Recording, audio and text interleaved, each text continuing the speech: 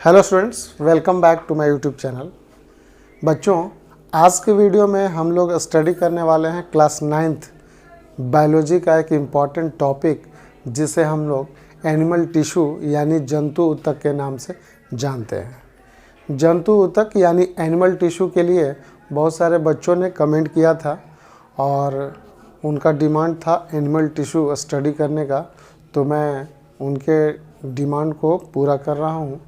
तो बच्चों, आज के क्लास में हम लोग एनिमल टिश्यू की स्टडी करेंगे। यानी एनिमल टिश्यू को हम सभी जानते हैं कि हिंदी में इसे जंतु ऊतक के नाम से भी जाना जाता है।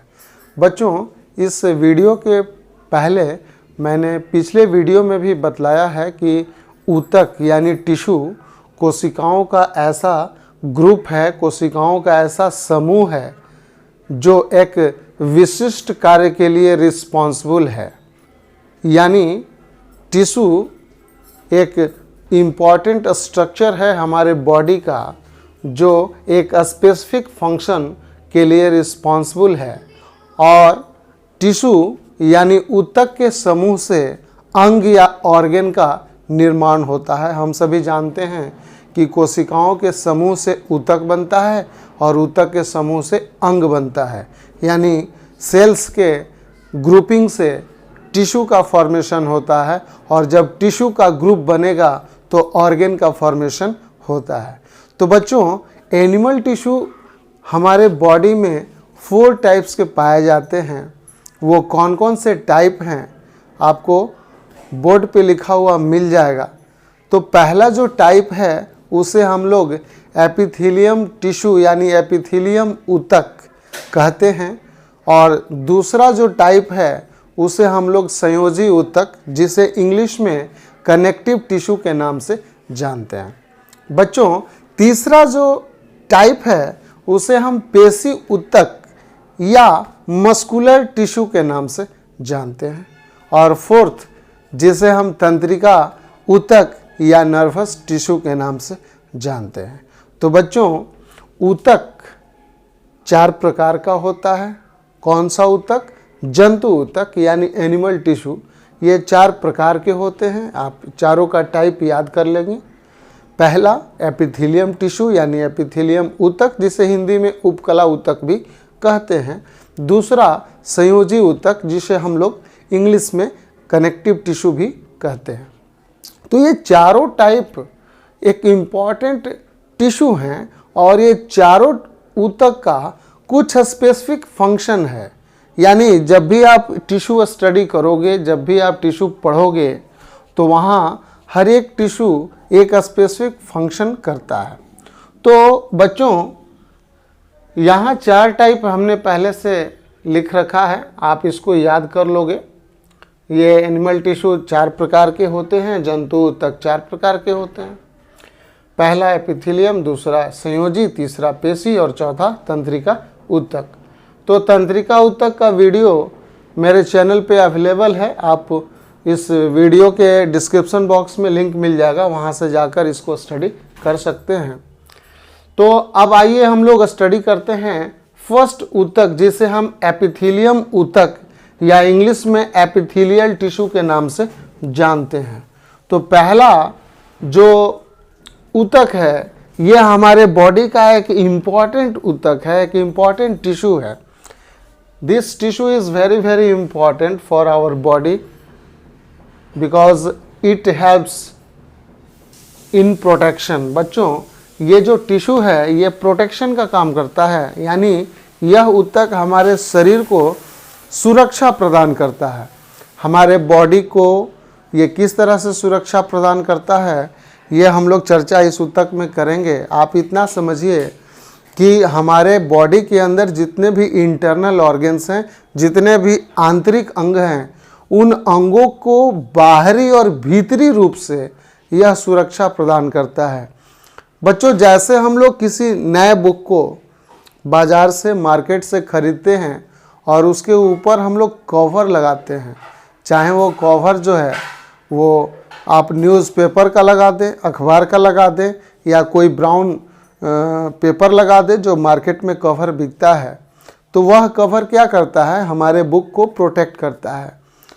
तो उसी तरह से हमारे बॉडी के अंदर जितने भी इंटरनल ऑर्गन्स हैं, ये टिश्यू यानी एपिथेलियम टिश्यू या एपिथेलियम ऊतक हमारे अंगों को, हमारे ऑर्गन्स को बाहर से सुरक्षा यानी प्रोटेक्शन प्रोवाइड करता है, और उस अंग के अंदर से भी, उस अंग के अंदर के रचनाओं को भी, उसके स्ट्रक्चर को भी यह सुरक्षा प्रदान करता है। जैसे जिस रूम में आप स्टडी करते हो, जिस रूम में या जिस कमरे में आप रहते हो, उस कमरे के अंदर की दीवार भी प्लास्टर होती है, केवल ईंट दिखाई नहीं देता है, उसको हम लोग सीमेंट से प्लास्टर करवाते हैं और उस प्लास्टर के ऊपर हम लोग विभिन्न प्रकार के कलर का प्रयोग करते हैं, उसे रंगवाते हैं। क्यों करवाते हैं? क्योंकि वह कमरा अंदर से भी सुरक्षित हो जाए, अंदर से भी उसका लुक अच्छा हो जाए, और बाहर से मकान का भी हम लोग प्लास्टर और पेंट करवाते हैं। तो ठीक उसी तरह से हमारे शरीर के अंदर जितने भी आंतरिक अंग हैं, जितने भी इंटरनल ऑर्गन्स हैं, उनकी सुरक्षा बाहर से और अंदर से एपिथेलियम ऊतक ही करता है। तो इस पॉइंट को आप याद कर लोगे कि एपिथेलियम ऊतक एक इम्पॉर्टेंट ऊतक है, एक इम्पॉर्टेंट रचना है जो कि कोशिकाओं के समूह से बना है, और यह हमारे शरीर के आंतरिक अंगों को, हमारे शरीर के विभिन्न अंगों को बाहरी और भीतरी रूप से सुरक्षा प्रदान करता है। इसका मतलब यह एक विशेष प्रकार का परत बनाता है, एक विशेष प्रकार का लेयर बनाता है, चाहे वो आंतरिक लेयर हो, चाहे वो बाहरी लेयर हो। यह लेयर ही हमारे इस अंग को, हमारे उस ऊतक को, हमारे उस अंग को यह सुरक्षा प्रदान करता है। बच्चों, एपिथेलियम ऊतक की जो कोशिकाएं हैं वो आपस में बहुत सटी होती हैं, बहुत ज़्यादा क्लोज होती हैं, बहुत ज़्यादा नज़दीक होती हैं, और ये कॉम्पैक्टली अरेंज होती हैं। जब ये कॉम्पैक्टली अरेंज होंगे तो इनमें कोई भी आंतरिक स्पेस, कोई भी इंटरनल स्पेस नहीं बचेगा। उसको हम लोग बोलते हैं इंटरसेलुलर स्पेस, और इसे हिंदी में अंतर कोशिकीय स्थान भी कहते हैं। मान लो जब भी आप टिश्यू पढ़ोगे तो मान लो कि जैसे मैं यहाँ पे सेल्स ड्रॉ कर रहा हूँ, और जब मैं ये सेल्स ड्रॉ कर रहा हूँ तो ये ग्रुप ऑफ सेल है, कोशिकाओं का समूह मैं बना रहा हूँ बोर्ड पे। तो आप देखोगे कि इस ग्रुप ऑफ सेल्स जब बन रहे हैं तो देखिए ये कोशिका और ये कोशिका, इन दोनों, यहाँ भी कोशिका है, तो यहाँ पे कुछ स्पेस बन गया। इसको हम लोग बोलते हैं क्या, इस स्पेस को क्या बोलते हैं? अंतर कोशिकीय स्थान। हिंदी में इसे अंतर कोशिकीय स्थान कहेंगे, और इसे इंग्लिश में हम लोग इंटरसेलुलर स्पेस कहते हैं। ठीक है, तो बच्चों आप याद रखोगे कि एपिथेलियम टिश्यू में, या हिंदी वर्जन में कहें, हिंदी में कहें तो ये उपकला ऊतक में जो भी कोशिकाएं होंगी वो आपस में सुव्यवस्थित होंगी, आपस में सटी होंगी, और ये इतने करीब होंगी कि इनके बीच जो है इस प्रकार के जो स्थान है, खाली स्थान है, ये इसमें एपिथेलियम टिश्यू में, एपिथेलियम ऊतक में नहीं पाए जाते हैं। तो इस ऊतक में अंतरकोशिकीय स्थान नहीं होता है। ये बिल्कुल आप क्लियर कट हो लें। ठीक है, तो मैंने ये पॉइंट लिख रखा है, आप इसको नोट कर लेंगे, ये आपके लिए इम्पोर्टेंट नोट्स भी हो जाएगा। एपिथेलियम या उपकला ऊतक अंगों को बाहरी और भीतरी परत का निर्माण करता है। यह पतला और कोशिकाओं का सुरक्षात्मक आवरण का निर्माण करता है। तो मैंने आपको बतला भी दिया बच्चों कि यह एपिथेलियम ऊतक हमारे शरीर के भीतरी अंगों को, हमारे शरीर के आंतरिक अंगों को बाहर और भीतर से एक सुरक्षात्मक परत का निर्माण करता है, और हमारे शरीर के अंगों को सुरक्षा प्रदान यानी प्रोटेक्शन प्रदान करता है। इस ऊतक में अंतरकोशिकीय स्थान नहीं होते हैं। तो अगर कोशिकाओं का आकार इस तरह अंडाकार होगा, जिसे हम ओवल शेप कहते हैं, वलय के आकार का, मान लो अगर यही टाइल्स की तरह हो जाए इस तरह से, मान लो बच्चों कि अगर इस तरह से कोशिकाओं का अगर अरेंजमेंट हो जाए तो यहाँ किसी भी प्रकार का अंतर कोशिकीय स्थान नहीं होता है। मान लीजिए ये कोशिका है जो पतला है, चपटा है, और यह अलग अलग रूप में होता है। मान लीजिए वर्गाकार अगर कोशिका है, अगर वर्गाकार कोशिका है और ये कोशिकाएं जब एक विशेष झिल्ली पे, जिसे हम बेसमेंट मेम्ब्रेन कहते हैं, उसको हम लोग आधार झिल्ली कहते हैं, तो मान लीजिए कि अगर हम आधार झिल्ली पर ये कोशिकाएं व्यवस्थित हैं, ये भी आधार झिल्ली पे यानी बेसमेंट मेम्ब्रेन पे ये कोशिकाएं व्यवस्थित हैं, तो यहाँ पर देख लीजिए किसी दो कोशिकाओं के बीच कोई भी खाली स्थान नहीं होता है। तो आप याद रखोगे कि एपिथेलियम ऊतक में जो कोशिकाएं सुव्यवस्थित होती हैं, जो कोशिकाएं आपस में अरेंज होती हैं, वह एक आधारभूत संरचना पे, जिसे हम आधार झिल्ली कहते हैं, बेसमेंट मेम्ब्रेन इसको इंग्लिश में कहा जाता है, उसी मेम्ब्रेन पे, उसी झिल्ली पे ये सुव्यवस्थित होती हैं और इन कोशिकाओं के बीच किसी भी प्रकार का अंतर कोशिकीय स्थान नहीं होता है। जबकि आप देखोगे संयोजी ऊतक जब आप स्टडी करोगे तो वहाँ पर आपको अंतर कोशिकीय स्थान मिल जाएगा। जैसे कि मैंने पादप कोशिका या प्लांट टिश्यू पढ़ाया था, वहाँ पे भी मैंने आपको बतलाया था कि कुछ ऊतक में जो है, जैसे मृदुतक या पैरेन्काइमा के टिश्यू में अंतर कोशिकीय स्थान पाया गया। तो बच्चों जंतु ऊतक की जब हम बात करते हैं तो इस एपिथेलियम ऊतक में अंतर कोशिकीय स्थान नहीं होता है।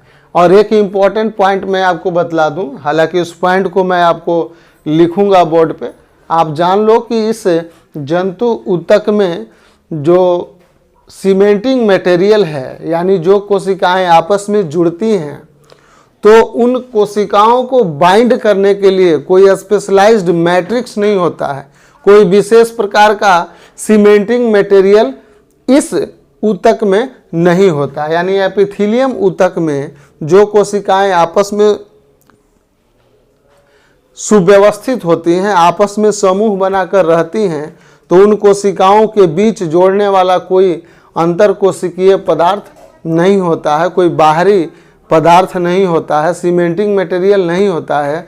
जैसे कि दो ईंट को जोड़ता है कोई राजमिस्त्री, तो उसके दोनों ईंटों के बीच जो मसाला भरता है, तो यहाँ इन कोशिकाओं के बीच में कोई भी किसी भी प्रकार का सीमेंटिंग मटेरियल या कोई मसाला नहीं है।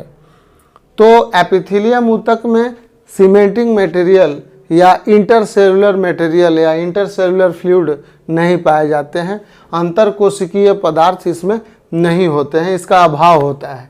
जबकि आपको कनेक्टिव टिश्यू में या संयोजी ऊतक में ये प्रचुर मात्रा में पाए जाते हैं। लेकिन एपिथेलियम ऊतक में दोनों कोशिकाओं के बीच कोई भी अंतर कोशिकीय द्रव्य या अंतर कोशिकीय पदार्थ, जिसे हम सीमेंटिंग मटेरियल कहते हैं, वो एब्सेंट होता है। और एनिमल टिश्यू या जंतु ऊतक का ये फीचर है कि जंतु ऊतक में कोशिकाएं जब आपस में जुड़ती हैं तो उन कोशिकाओं के बीच सीमेंटिंग मटेरियल पाया जाता है। Intercellular fluid is the characteristic feature of animal tissue. ये इंपॉर्टेंट पॉइंट है। यानी जंतु ऊतक का सबसे इम्पॉर्टेंट पॉइंट ये बनता है कि जंतु ऊतक में जितने भी कोशिकाएं पाई जाती हैं, उन कोशिकाओं को जोड़ने वाला एक विशेष प्रकार का पदार्थ होता है, एक विशेष प्रकार का तरल पदार्थ होता है, जिसे हम इंटरसेलुलर फ्लूइड यानी अंतर कोशिकीय द्रव्य या अंतर कोशिकीय पदार्थ, जिसे हम सीमेंटिंग मटेरियल भी कहते हैं। बट आपको ये याद रखना है बच्चों कि एपिथेलियम ऊतक के केस में जब आप एपिथेलियम ऊतक पढ़ोगे तो वहाँ पे किसी भी प्रकार का सीमेंटिंग मटेरियल या किसी भी प्रकार का अंतर कोशिकीय पदार्थ या अंतर कोशिकीय द्रव्य नहीं पाया जाता है। ये आपस में बिल्कुल सटे होते हैं, चिपके होते हैं और ये बिल्कुल ऐसे फिट हो जाते हैं। इस तरह से ये आपस में उलझ जाते हैं, आपस में चिपक जाते हैं। तो इस तरह की इसमें ज्वाइनिंग होती है, तो इसको बोलते हैं टाइट जंक्शन। ये बच्चों आप 9th के सिलेबस में आप ज़्यादा डिटेल नहीं पढ़ पाओगे। इसके स्टडी करने के लिए हम लोग 11th में जाएंगे, तो वहाँ हम लोग डीपली स्टडी करेंगे। आपका जो सिलेबस है क्लास 9th का, तो क्लास 9th में आप इतना ही जानो कि एपिथेलियम टिश्यू या एपिथेलियम ऊतक में जो कोशिकाएं पाई जाएंगी, उन कोशिकाओं के बीच में कोई भी अंतर कोशिकीय द्रव्य या पदार्थ नहीं पाए जाते हैं और इन कोशिकाओं के बीच किसी भी प्रकार का अंतर कोशिकीय स्थान नहीं पाया जाता है, इंटरसेलुलर स्पेस नहीं पाया जाता है। मैंने आपको बतला दिया।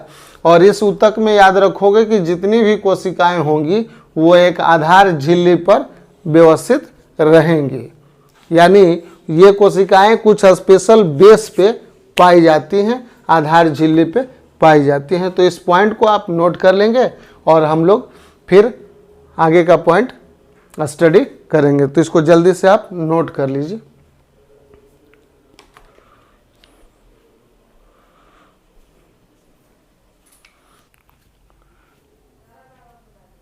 बच्चों, मैंने अभी आपको बतलाया कि एपिथेलियम ऊतक की कोशिकाएं एक आधार झिल्ली पे व्यवस्थित रहती हैं और इन कोशिकाओं के बीच किसी भी प्रकार का अंतर कोशिकीय पदार्थ या सीमेंटिंग मटेरियल नहीं पाया जाता है। ये बिल्कुल आपस में सटे होते हैं और टाइट जंक्शन से जुड़े होते हैं। तो मैंने उसी पॉइंट को यहाँ पे लिख दिया है। एपिथेलियम ऊतक की कोशिकाएं एक आधार झिल्ली पर सजी रहती हैं। इन कोशिकाओं के मध्य अंतर कोशिकीय पदार्थ, जिसे हम लोग इंग्लिश में सीमेंटिंग मटेरियल या इंटरसेलुलर मटेरियल या फ्लूइड के नाम से जानते हैं, वह सीमेंटिंग मटेरियल नहीं पाया जाता है। कोशिकाओं के आकार के आधार पर एपिथेलियम ऊतक विभिन्न प्रकार का होता है। बच्चों, आपको ध्यान देना है कि एपिथेलियम ऊतक में जो भी प्रकार होंगे आगे, वो कोशिकाओं के आकार पे निर्भर करता है। कोशिकाओं का आकार जैसा होगा उसी प्रकार का एपिथेलियम का टाइप बन जाएगा।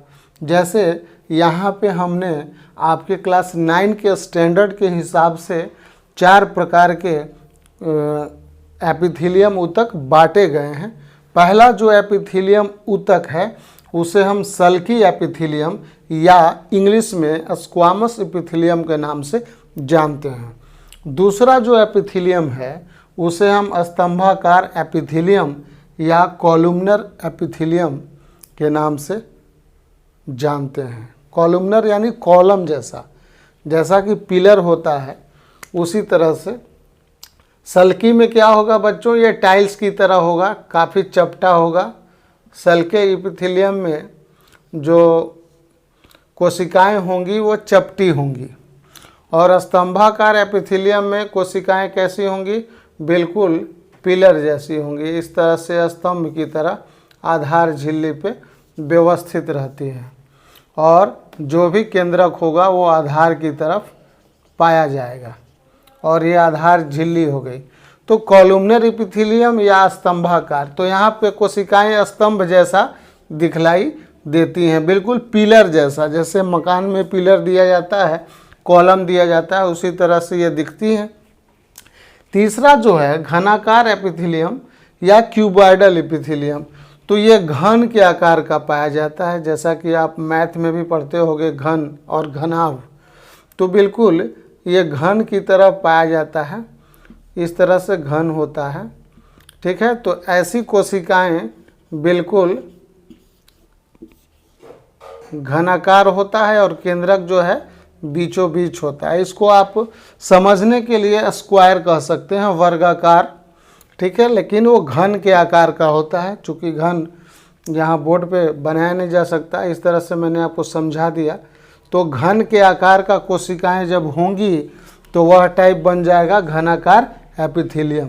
चौथा जो टाइप है बच्चों, उसको हम लोग पक्षमाभी एपिथेलियम कहते हैं, जिसे इंग्लिश में हम लोग सिलिएटेड एपिथेलियम के नाम से जानते हैं। तो बच्चों सिलिएटेड एपिथेलियम में क्या होगा, बिल्कुल आसान है। कोशिकाएं जो हैं स्तंभ की तरह होंगी और आधार झिल्ली पे सजी होंगी। तो इसमें कोशिकाएं मोस्टली प्रायः स्तंभाकार होती हैं। केंद्रक जो है आधार की ओर व्यवस्थित होता है, बीचों बीच केंद्रक नहीं होता है, थोड़ा आधार की तरफ होता है।